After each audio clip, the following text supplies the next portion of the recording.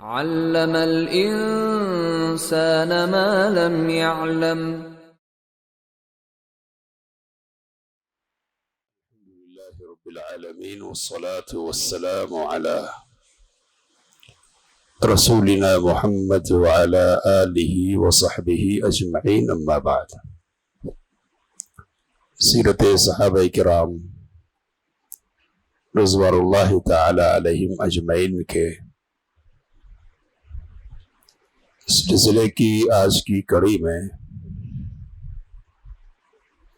اس صحابی رسول صلی اللہ علیہ وسلم کا ذکر ہوگا جسے اللہ کے رسول صلی اللہ علیہ وسلم نے اسد اللہ کا خطاب عطا فرمایا. یہ صحابی رسول سیدنا حمزہ بن عبد المطلب رضی اللہ تعالی عنہ. سیدنا حمزہ اللہ کے رسول صلی اللہ علیہ وسلم کے چچا اور چچا ہونے کے ساتھ ساتھ رضاعی بھائی ہے. رضاعی بھائی اس طور پر کہ ثویبہ نے جو ابو لہب کی لونڈی تھی حمزہ رضی اللہ تعالی عنہ کو بھی دودھ پلایا تھا اور نبی اکرم صلی اللہ علیہ وسلم نے بھی اس کا دودھ پیا تھا. تو اس طرح سے رضاعی بھائی تھے. نبی اکرم صلی اللہ علیہ وسلم سے عمر میں تقریباً 2 سال بڑے تھے حضرت حمزہ اور بچپن میں ہی والد کا انتقال ہو گیا. اس وقت ان کی عمر تقریباً 10 برس تھی. اس لیے آگے کی تربیت اور پرورش ان کے نانیال میں ہوئی.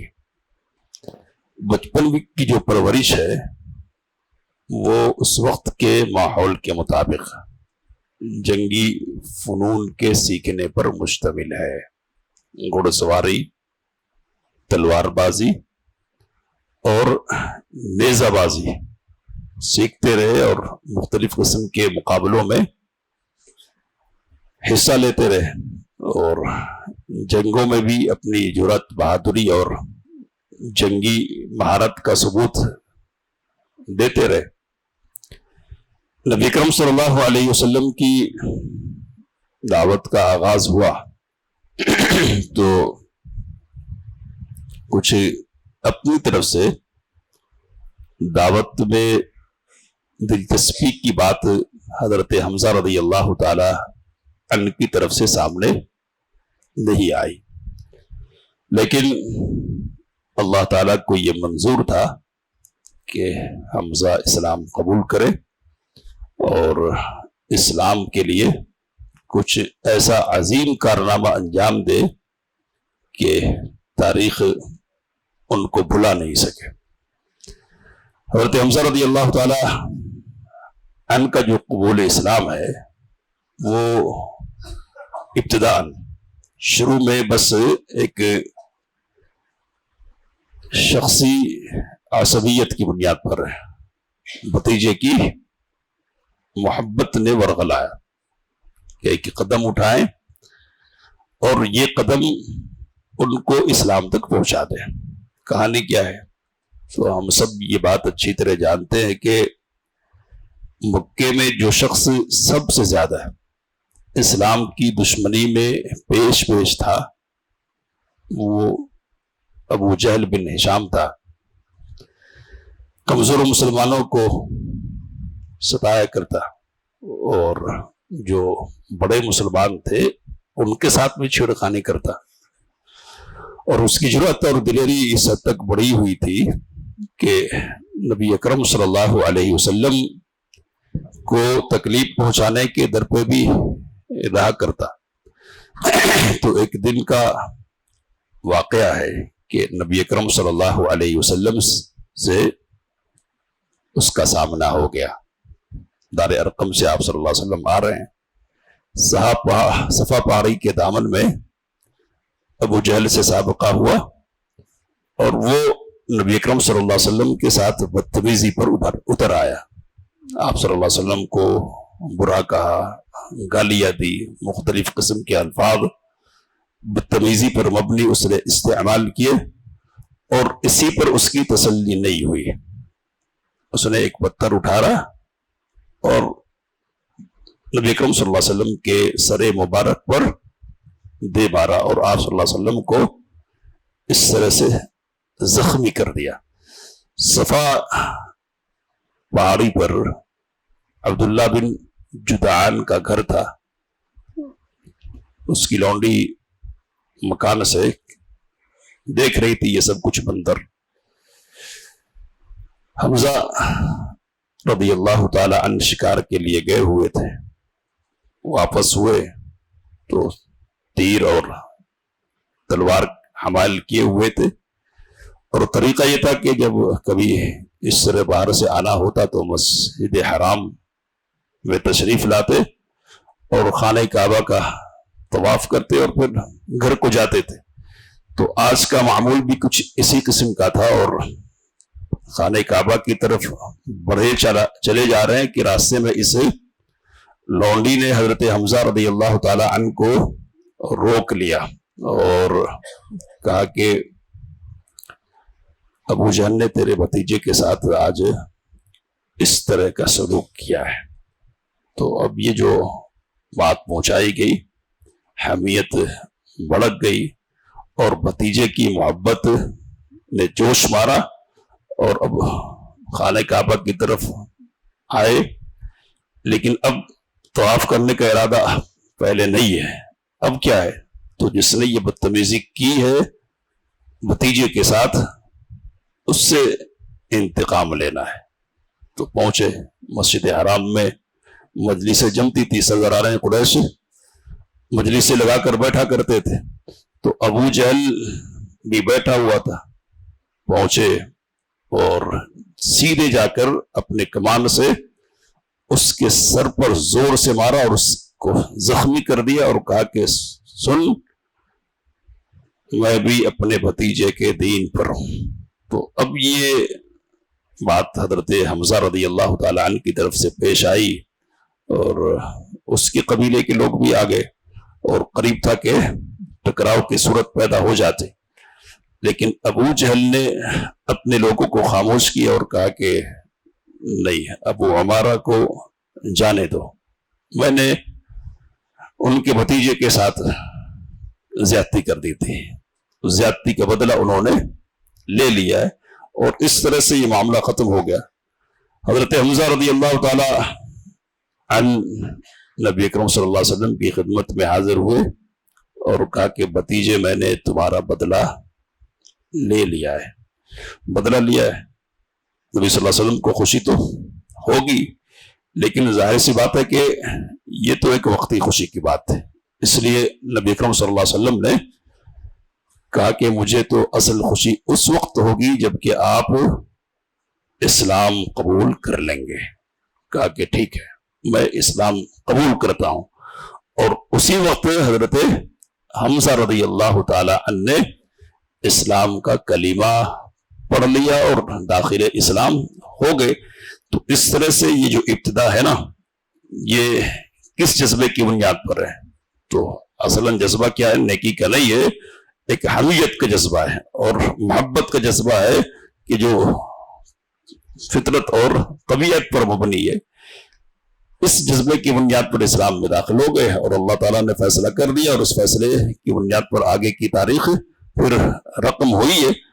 علماء اس بنیاد پر یہ بات کہتے ہیں کہ عین ممکن ہے کہ کوئی آدمی نیکی کا کوئی کام کرے، اور ابتدا میں نیکی پر آمادہ کرنے والی اور ابھارنے والی جو بات ہونا، وہ اخلاص پر مبنی ہونا ضروری نہ ہو. اس طرح آدمی بڑھ جائے کسی بھی بنیاد پر، کسی بھی وجہ سے، جو دینی نہیں ہے، کوئی بھی ہے، لیکن آگے چل کر اگر دین کا کام کرتے ہوئے اصلاح ہو جاتی ہے اور آدمی صحیح سمت پہ گامزن ہو جاتا ہے تو پھر اس کا عمل اللہ تعالیٰ کے یہاں قابل قبول ہوگا. جس طرح حضرت حمزہ رضی اللہ تعالی عنہ کا اسلام اللہ کی بارگاہ میں قابل قبول ہوا. حضرت حمزہ رضی اللہ تعالی عنہ بہادر تھے، شہ سوار تھے، تلوار بازی میں مہارت تھی اور جنگی فنون میں خاصی مہارت انہوں نے پیدا کر لی تھی. تو یہ تو شخصی خوبیاں ہیں. اور پھر خاندانی وجاہت بھی حضرت حمزہ رضی اللہ تعالی عنہ رکھتے تھے کہ وہ عبد المطلب کے بیٹے تھے، سردار قریش کے عظیم سردار کہ جن کے زمانے میں عام الفیل کا قصہ پیش آیا تھا. تو اس طرح سے عظمت والے تھے عبد المطلب، اور پورے مکے میں خاص تعظیم کی نگاہ سے ان کو دیکھا جاتا. تو اس بنیاد پر حضرت حمزہ جو باپ کے چہتے تھے، چھوٹے تھے نا تو چہتے تھے باپ کے اور بڑی محبت کرتے تھے، تو یہ وجاہت بھی ان کو حاصل تھی. تو اس طرح سے شخصی خوبیوں کی بنیاد پر اور خاندانی وجاہت کی بنیاد پر حضرت حمزہ رضی اللہ تعالی عنہ کا قبول اسلام مسلمانوں کی بڑی خوشی کا سبب تھا، اور ان کے اسلام قبول کرنے سے مسلمانوں کو بڑا حوصلہ اور بڑی ہمت ملی.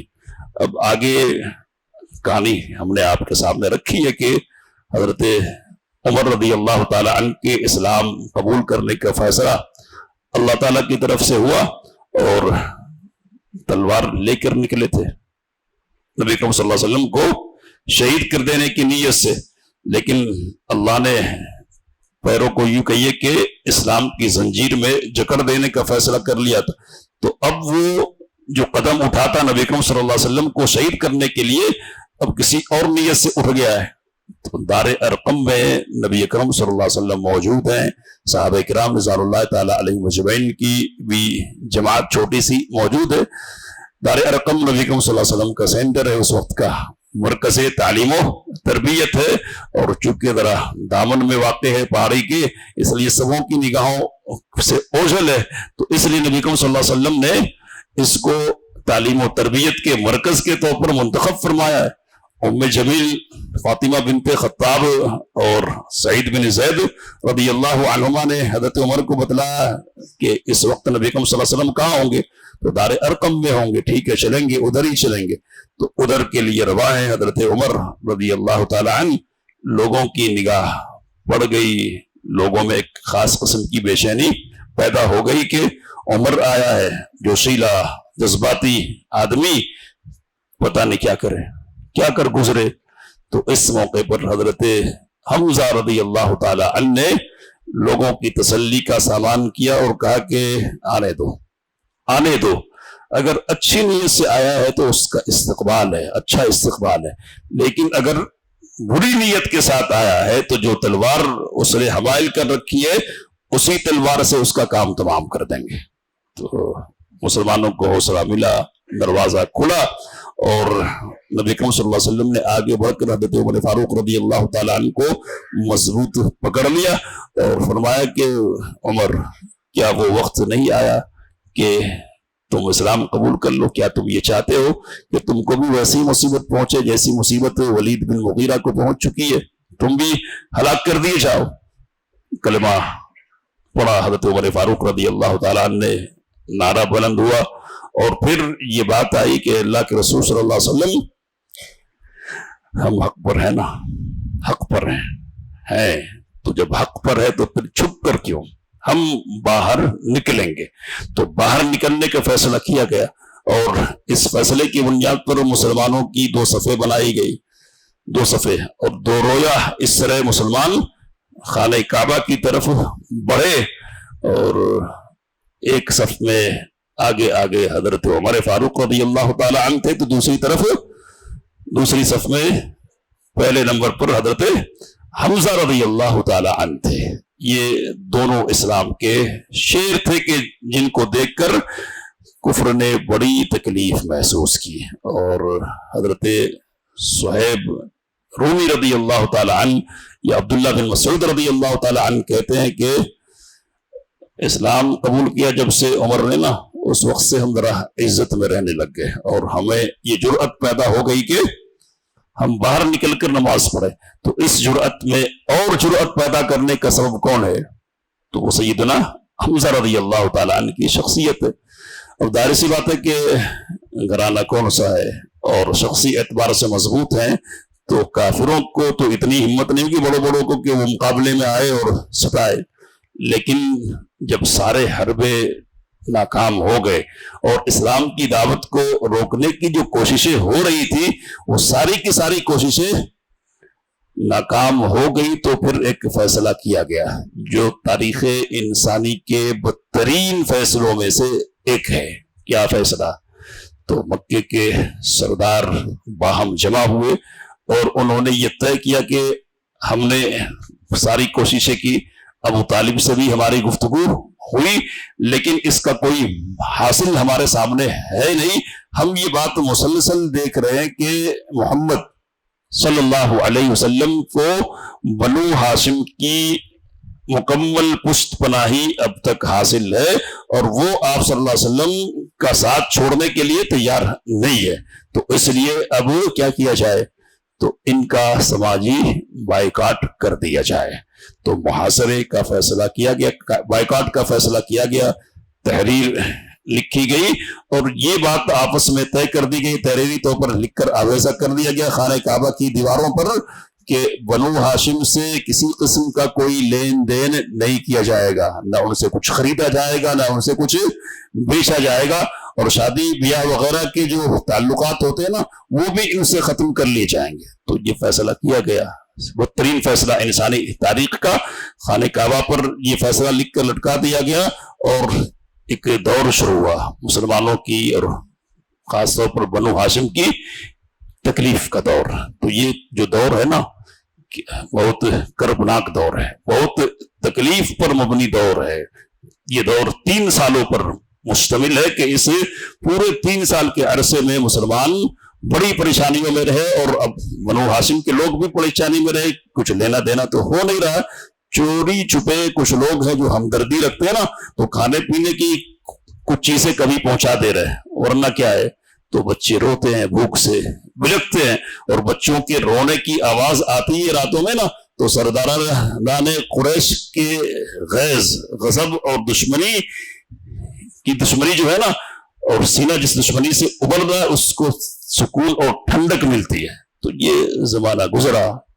بات مختصر یہ ہے کہ اس زمانے کی تنگیوں کو، پریشانیوں کو جس طرح بنو ہاشم کے دیگر افراد نے برداشت کیا ہے اسی طرح انتہائی صبر اور شکیبائی کے ساتھ حضرت حمزہ رضی اللہ تعالی عنہ نے بھی اس کو برداشت کیا ہے. اللہ کا فیصلہ ہوا کہ یہ مرحلہ طے ہو گیا اور پھر اللہ کی طرف سے نبی اکرم صلی اللہ علیہ وسلم کو حکم ملا ہجرت کرنے کا مدینے کی طرف. تو جس طرح دوسرے لوگوں نے ہجرت کی ہے حضرت حمزہ رضی اللہ تعالی عنہ نے بھی ہجرت کی اور مؤاخات جب قائم ہوئی ہے مدینے میں تو اس میں حضرت زید بن حارثہ رضی اللہ تعالی عنہ حضرت حمزہ رضی اللہ تعالی عنہ کے بھائی بنائے گئے اور پھر اللہ کی طرف سے اجازت ملی کہ جن لوگوں پر ظلم کیا گیا نا ان کو اجازت دی جاتی ہے کہ وہ اپنی طرف سے دفاع کریں اور جو لوگ ان کو پریشان کرتے جنہوں نے ستایا نا ان سے لڑے. تو نبی اکرم صلی اللہ علیہ وسلم نے جہاد کی اجازت کا حکم اترنے کے بعد اپنی والی کارروائیاں کی ہے. تو اس طرح سے جو کارروائیاں شروع ہوئی نا اس کی شکل یہ کہ چھوٹے چھوٹے دستے ترتیب دیتے ہیں نبی اکرم صلی اللہ علیہ وسلم اور ان دستوں کو مدینے کے اطراف کے علاقوں میں ایک خاص فاصلے تک بھیجتے ہیں. مقصد کیا ہے؟ تو مقصد یہ ہے کہ قریب کے لوگوں میں دعوت اسلام بھی پہنچے اور اگر کسی قسم کی کوئی بات ہو رہی ہے تو ان باتوں پر بھی نگاہ رکھی جائے اور قریش کے لوگوں کو بھی پیغام دیا جائے کہ اب ہم بھی کچھ کرنے کی پوزیشن میں ہو گئے. تو آپ کی طرف سے شرارتوں کا جو سلسلہ جاری ہے نا، چھیڑخانی جو کی جا رہی ہے نا وہ ختم ہونی چاہیے ورنہ پھر آپ بھی امن میں نہیں ہے. قافلہ کا قصہ ہم سب کو معلوم ہے. تو حضرت حمزہ کو بھی نبی اکرم صلی اللہ علیہ وسلم نے بعض دستوں کی کمانڈنگ سونپ کر بھیجا اور حضرت حمزہ رضی اللہ تعالی عنہ نے یہ فریضہ مدینے میں انجام دیا ابتدان، اور پھر پہلا معرکہ اسلام کا پیش آیا ہے، پہلا معرکہ۔ تو اس معرکے سے پہلے کا منظر ایک یہ ہے کہ بنو مخزوم کا ایک شخص ہے جس کا نام ہے اسود بن عبد الاسد، بہت بدماش اور کمینہ قسم کا فرد۔ اس نے کہا کہ میں اللہ سے عہد کرتا ہوں، میں اللہ سے عہد کرتا ہوں کہ ان کے حوض پر جا کر پانی پیوں گا، ان کے مسلمانوں کے حوض پر جا کر پانی پیوں گا۔ تو اب وہ آگے بڑھا ہے اور اس نیت سے بڑھا ہے، یہ کہتے ہوئے کہ یا تو اس حوض کو ڈھاؤں گا یا اپنی جان دے دوں گا۔ تو اب یہ آگے بڑھا اور ادھر سے حضرت حمزہ رضی اللہ تعالی عنہ آگے بڑھے اور مقابلہ ہوا آمنا سامنا۔ حضرت حمزہ نے اس کو اس زور سے مارا کہ اس کی پنڈلی آدھے سے کٹ گئی اور خون کا فوارہ اس کی پنڈلی سے جاری ہو گیا، لیکن یہ سخت جان شخص تھا، پھر بھی گھسٹتے ہوئے ہی صحیح آگے بڑھ رہا۔ تو حضرت حمزہ رضی اللہ تعالیٰ عنہ نے پھر مارا اور پھر مارا، یہاں تک کہ اس کو ڈھیر کر دیا۔ تو یہ مبارزت سے پہلے کی کہانی ہے، مبارزت سے پہلے کی کہانی ہے۔ مبارزت ذہن میں ہونا چاہیے، اب یہ کیا ہے مبارزت؟ تو مبارزت یہ ہے کہ لڑائیاں جب ہوتی تھی نا، تو لڑائیوں سے پہلے دونوں فریق کی طرف سے کچھ خاص بہادر قسم کے لوگ آمنے سامنے ہوتے تھے، اور پہلے یہ انفرادی قسم کا مقابلہ ہوتا تھا اور پھر عمومی نوعیت کی جنگ کا آغاز ہوتا تھا۔ تو مبارزت سے پہلے کی یہ کہانی ہے۔ پھر مبارزت کی بات آئی تو آپ کے سامنے یہ بات آئی ہے کہ عتبہ، شیبہ اور عتبہ کا بیٹا ولید آگے بڑھے تینوں، اور میں نے آپ کو یہ بات بتائی تھی کہ ان تینوں کے آگے بڑھنے کی ایک خاص وجہ یہ تھی کہ ابو جہل نے عتبہ کو بزدلی کا طعنہ دیا تھا۔ بزدلی کا طعنہ کیوں دیا تھا؟ تو قافلہ جو تجارتی تھا نا شام سے آنے والا ابو سفیان کی سرداری میں، سرکردگی میں، تو وہ قافلہ بچ کر نکل گیا۔ نبی اکرم صلی اللہ علیہ وسلم اسی کے لیے نکلے تھے، اور مکے کے جو لوگ نکلے تھے 1000 کی تعداد میں، ان کا بھی مقصد کیا تھا؟ قافلے کو بچا لے جانا۔ تو اب قافلہ تو بچ کر نکل گیا ہے، مقصد تو پورا ہو گیا ہے، تو اب کیا کرنا چاہیے؟ تو آپس میں مشورہ کیا لوگوں نے۔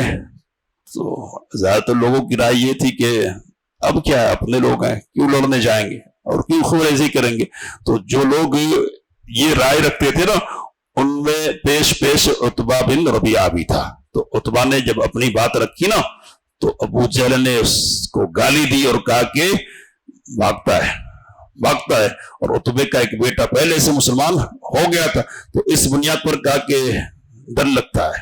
تو اب اس کا دماغ گھوم رہا ہے، اور یہ جو طعنہ اس کو دیا گیا نا، اس طعنے کی بنیاد پر اس کے اندر ایک خاص قسم کا جذبہ کار فرما ہے۔ تو جیسے ہی بدر کے میدان میں مقابلے کی صورت پیدا ہوئی، تو سب سے پہلے یہ تین لوگ نکلے کہ بتایا جائے کہ ہم بزدل نہیں ہے۔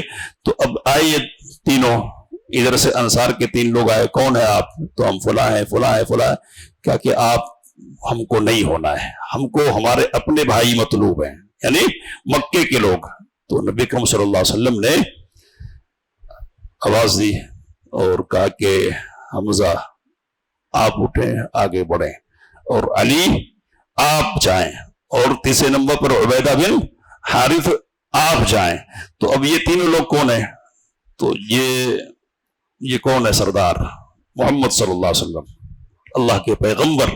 یہاں اس نے یہ نمونہ پیش کیا آپ صلی اللہ علیہ وسلم نے کہ جب خطرے کی بات ہو اور جب مقابلہ آرائی ہو اور جان دینے اور نچھاور کرنے کی بات ہو، تو دوسروں کو آگے کرنے سے پہلے اپنوں کو آگے کرنا ہے۔ یہ نمونہ نبی کریم صلی اللہ علیہ وسلم نے قائم فرمایا۔